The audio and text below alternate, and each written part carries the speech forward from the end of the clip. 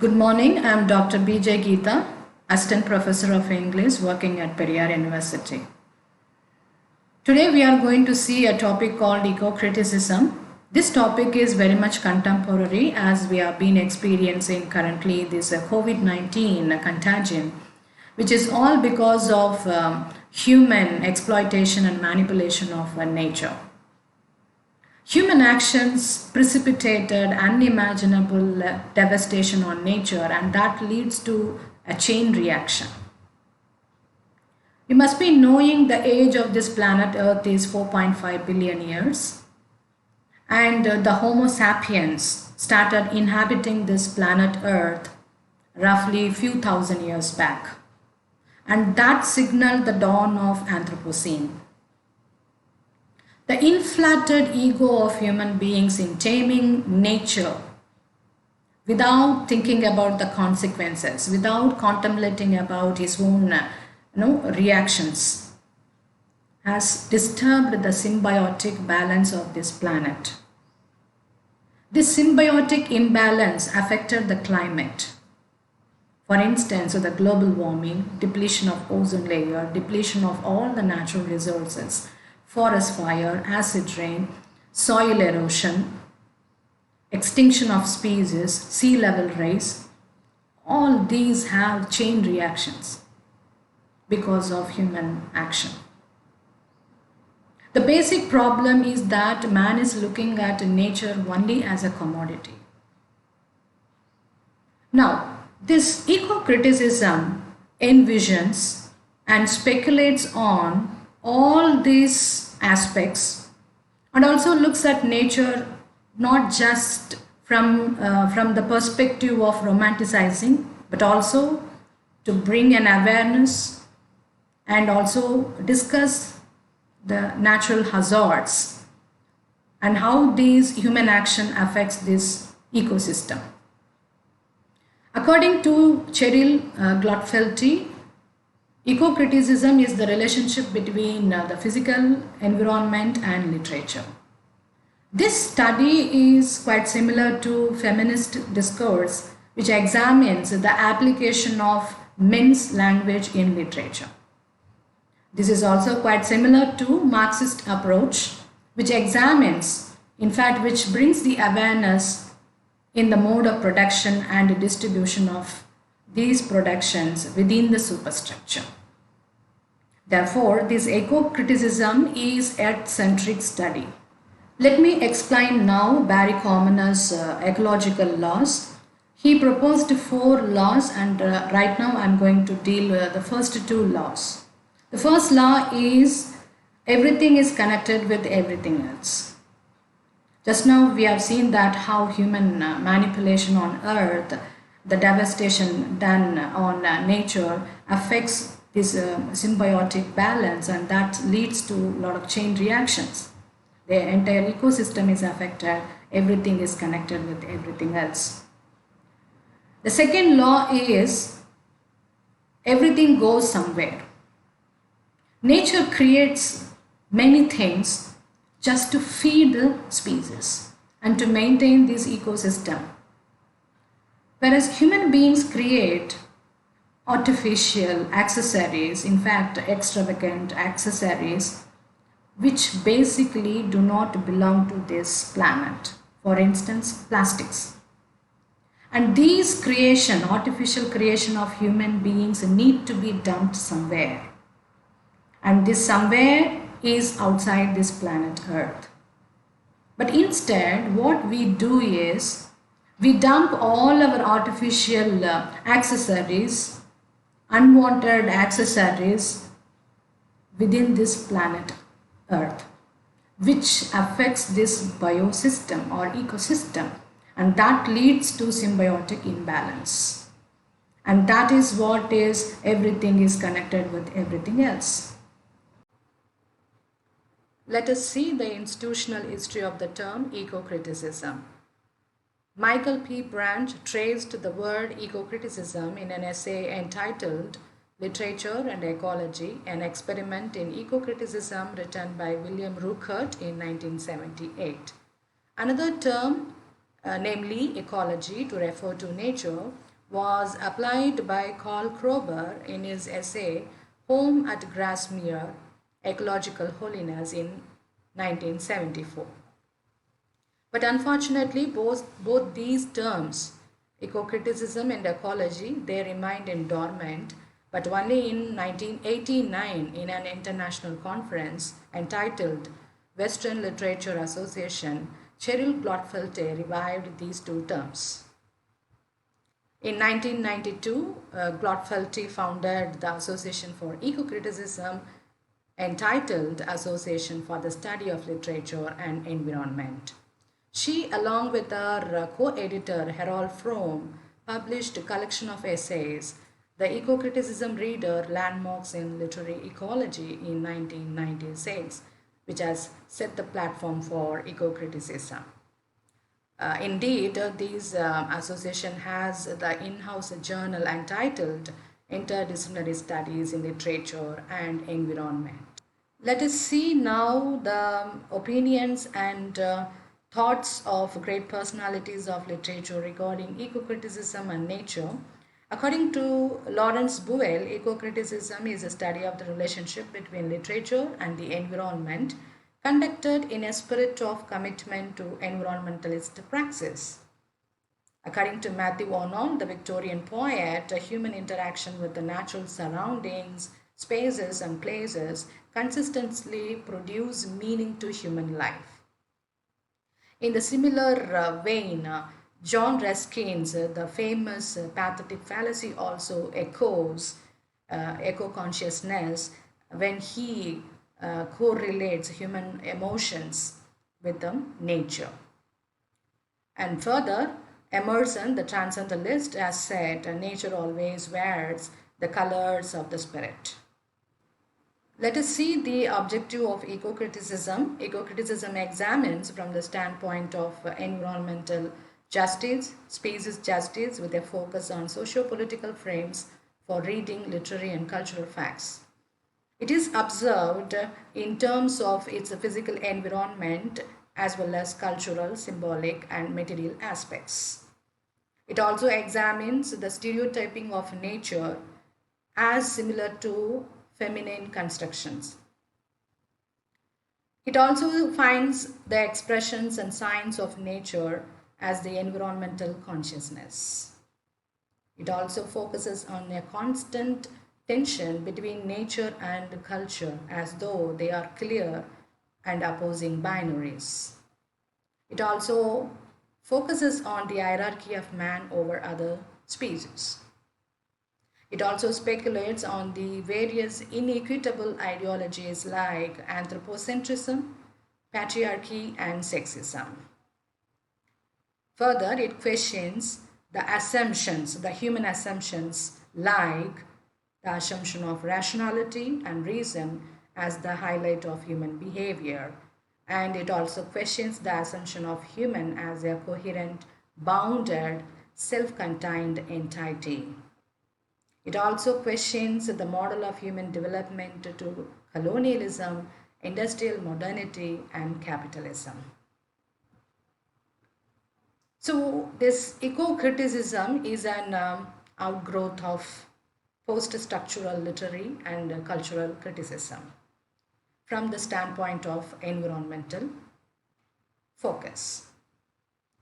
It is something like an interconnection between nature and culture, specifically cultural artifacts of language and literature. In fact, it keeps one foot in literature and the other foot as a theoretical discourse, making a kind of a negotiation between the human and the non-human. In fact, eco-critics discovers the silence, the absence of nature, and the construction of nature as a silent spectator in the literary context as aesthetic and political analysis, often in conjunction with a focus on gender, class, and race issues in literary text. Ecofeminist critics have argued that in patriarchal society, women have been considered closer to nature because women are tamed nature also tamed. So this is the focus of ecofeminism. Now let us see the differences between American literature and the British literature as far as eco-criticism is concerned. American eco-critics prefer eco-criticism, while British literature prefers green studies. And even there is the tendential differences in their literary bearings as far as Americans are concerned. They celebrate nature and their tone is a sort of elation, celebration, and much in terms of tree hugging.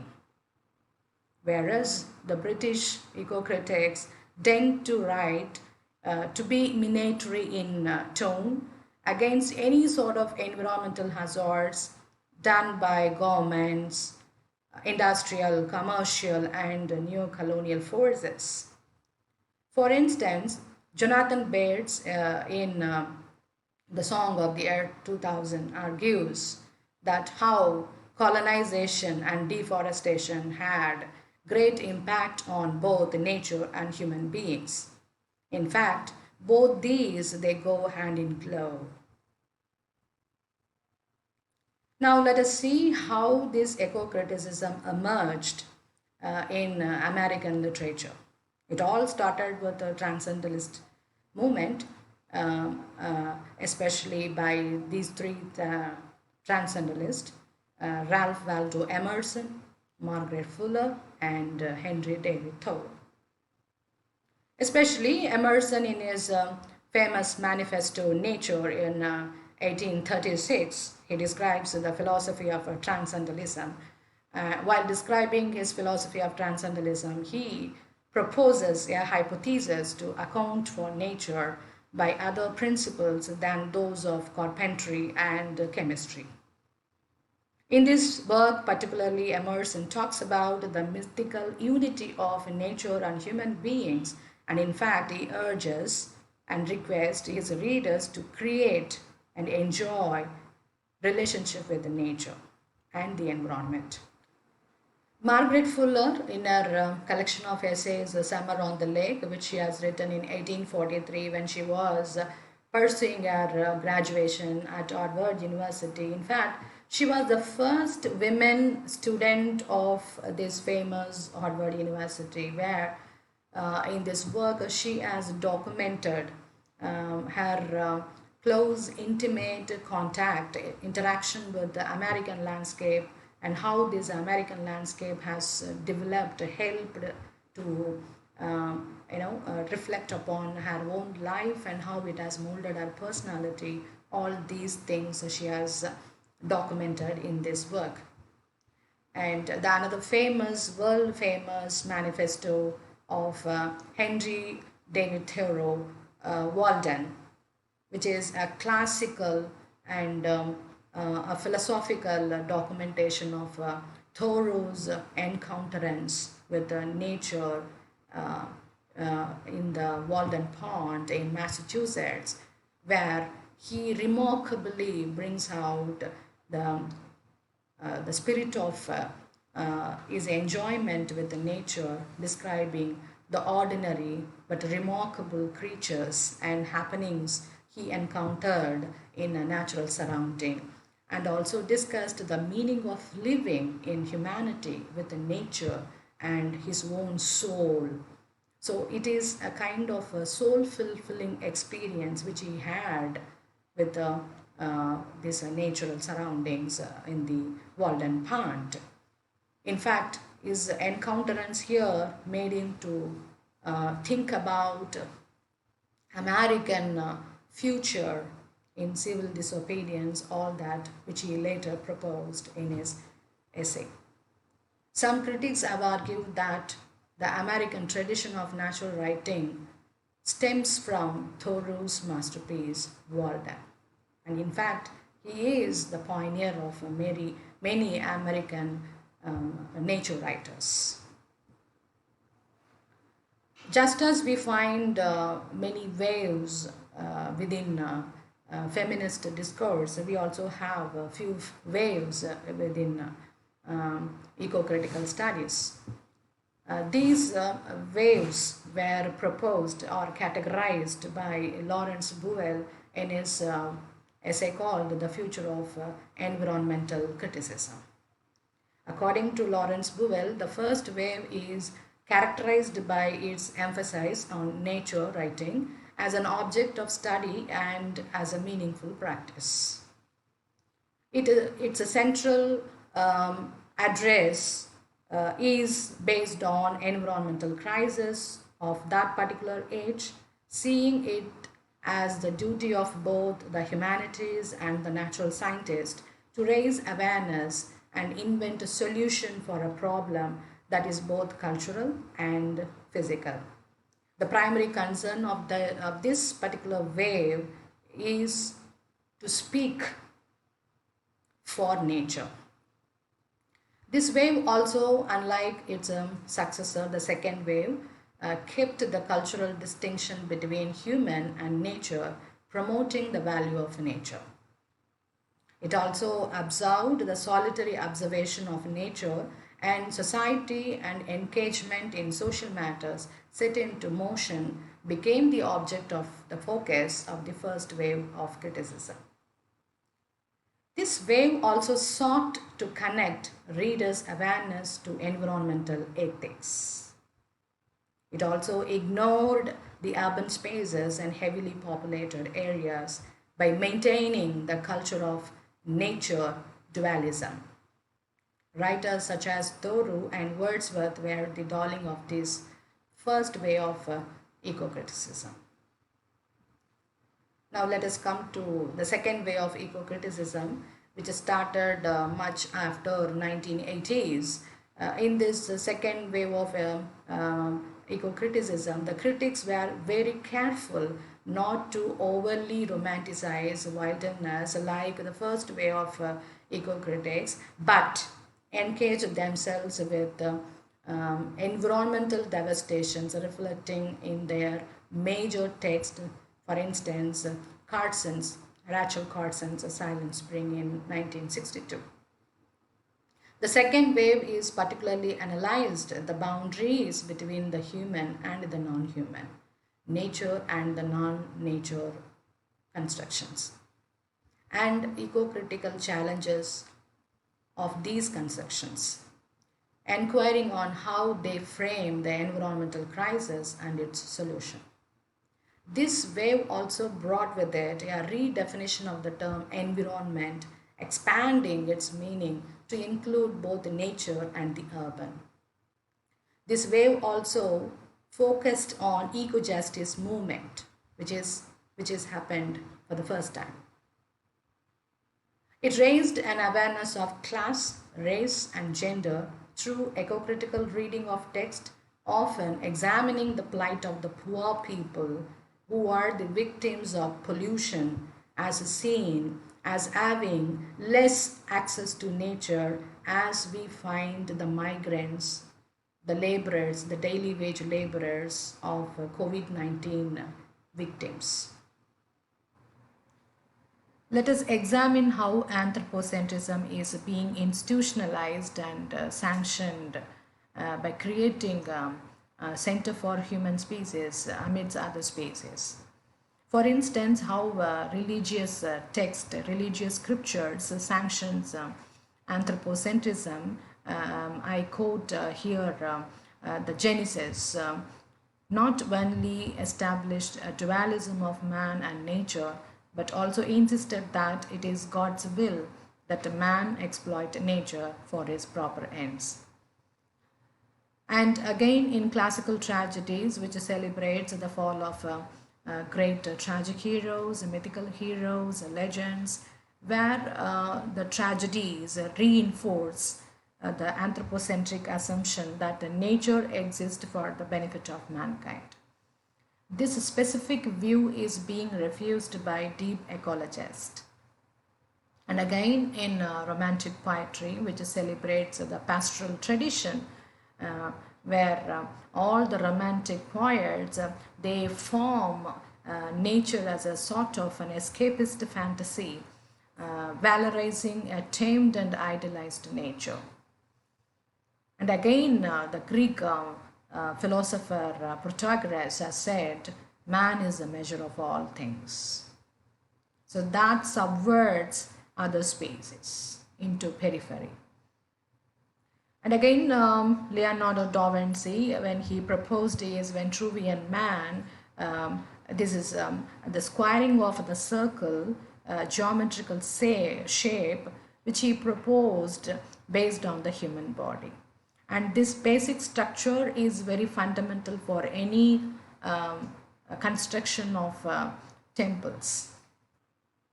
And again, our Alexander Pope has said that the proper study of mankind is man. So all this sanctions, naturalizes anthropocentrism. Let us see few examples of the celebration of anthropocentrism, how center is created through language. For instance, Tinton Abbey by Wordsworth. Since I don't have much time, I don't want to read those lines. In this particular poem, when Wordsworth comes back after 5 years to Tinton Abbey to rejuvenate himself, what he depicts when he devours the scenic beauty of Tinton Abbey, he satiates all his senses with the beauty of nature. This depicts human consciousness, where nature exists just to serve the poet's senses and thoughts and sentiments. The poet admits here that he owes these sensations to the world around him, but the focus always remains the I factor. Let us see another poem. We have Tinton Abbey as well as The Child Herald's Pilgrimage by Lord Byron. I live not in myself, but I become portions of the around me. And to me, high mountains are a feeling, but the hum of human cities torture. In these two poetry, the poets claim here a verbal unity with the nature, with the living and the non-living forms of nature around them. But both the speakers, they greatly attribute their sense of selfhood, their identity, to something outside of them. I live not in myself. When Byron said this, he executes this. But they forgot. They forgot the fact even that human mind and selfhood and rationality and the human consciousness and the seat of rationality on which humanity takes its own pride is the product of the elements of nature.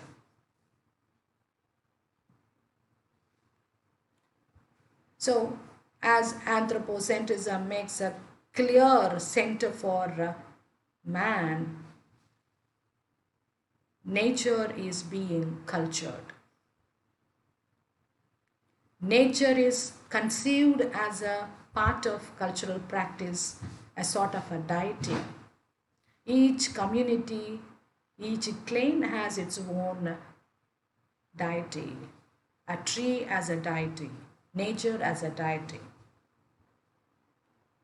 Let us define from the terms of Derrida. Derrida argues that there is nothing outside of text.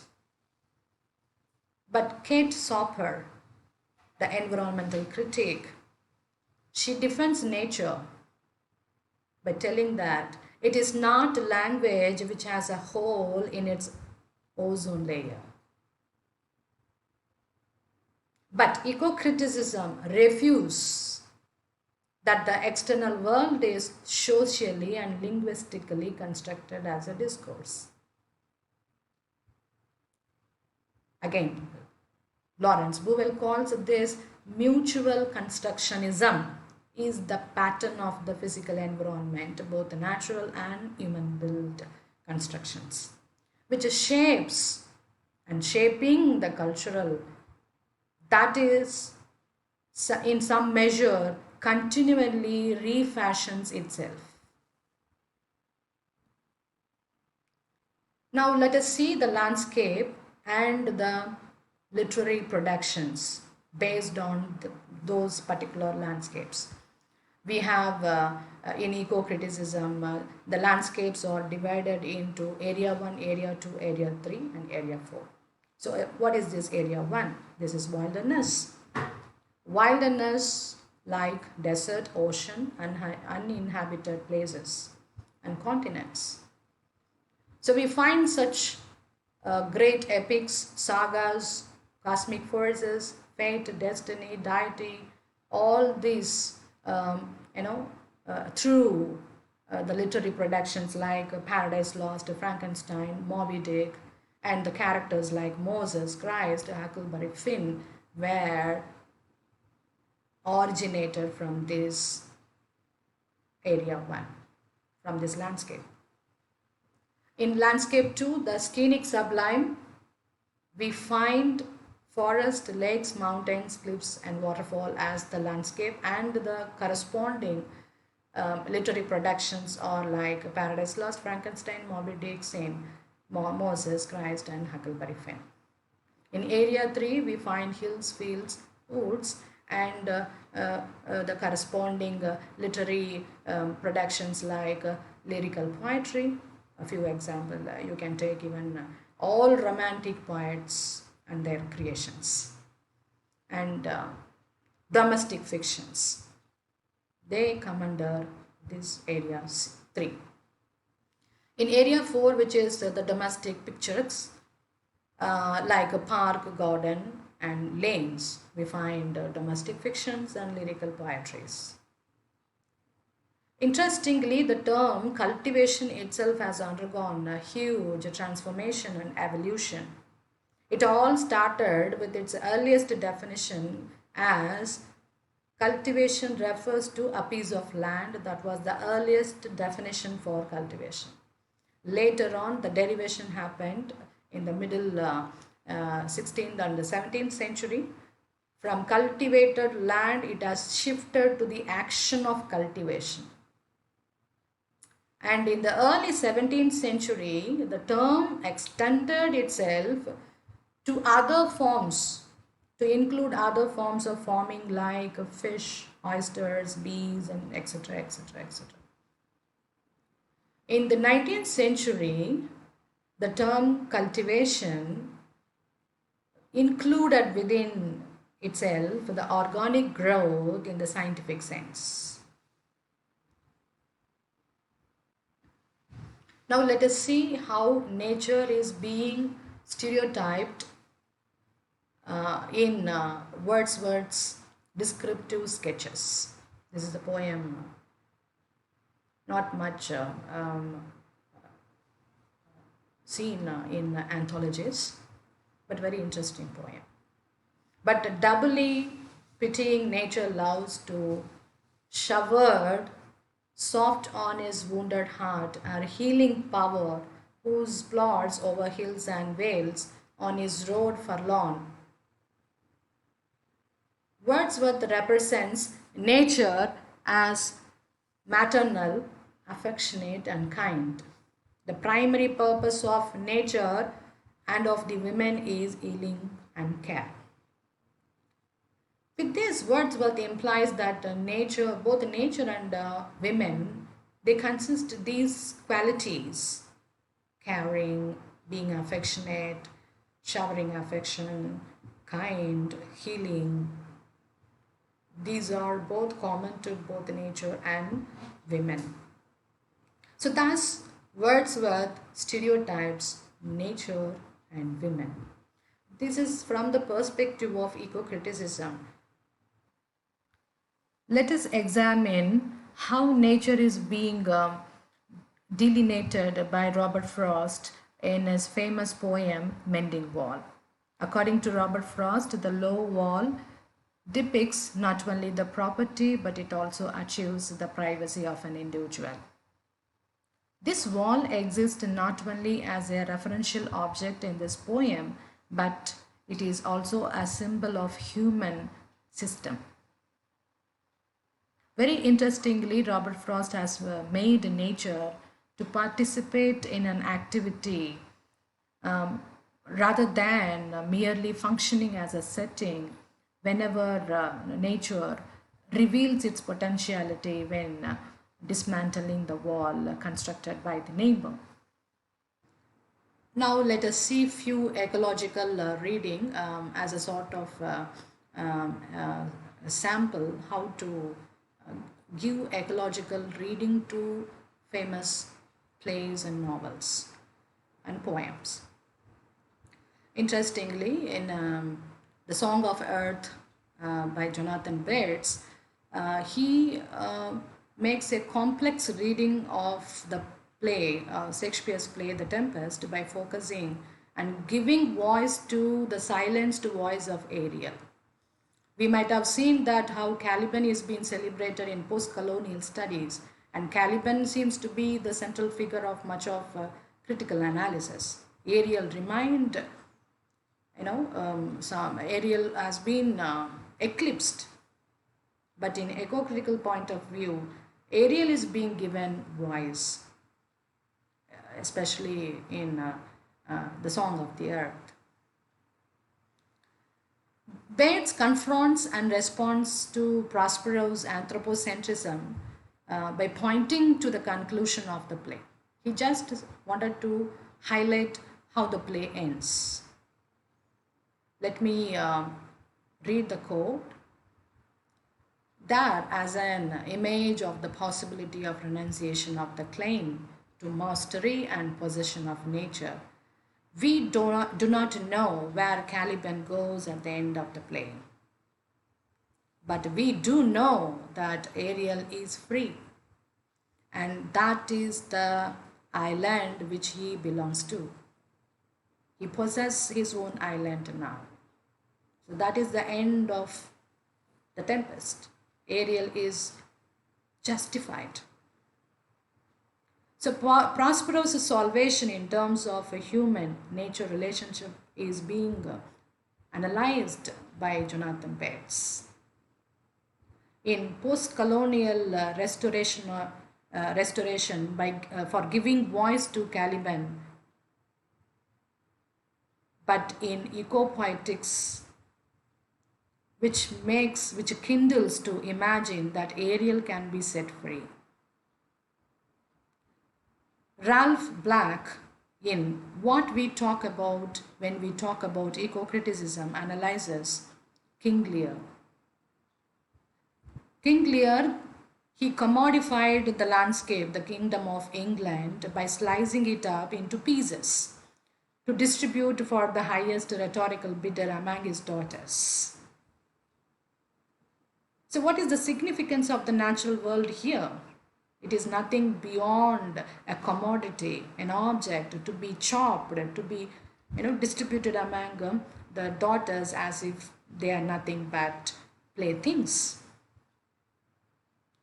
The play takes place in a storm, on the moor, at the seashore, and Blaster Heath. These places had no claims or integrity emblematic of the political neglect and degradations. Even the storm, when you apply the objective correlation of Lear's madness, his unnatural behavior conflicting with the natural weather. So this is how you can interpret a literary text from the perspective of eco-criticism. The monstrous actions of humans not only destroyed but betrayed the human relationship with nature and completely erased the relationship between a human and the non-humans. We are wearing sharp nails and scratching this earth and digging out the bowels of Mother Earth.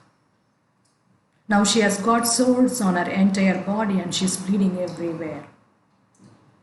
We have been doing this without knowing that we are flesh of her own flesh.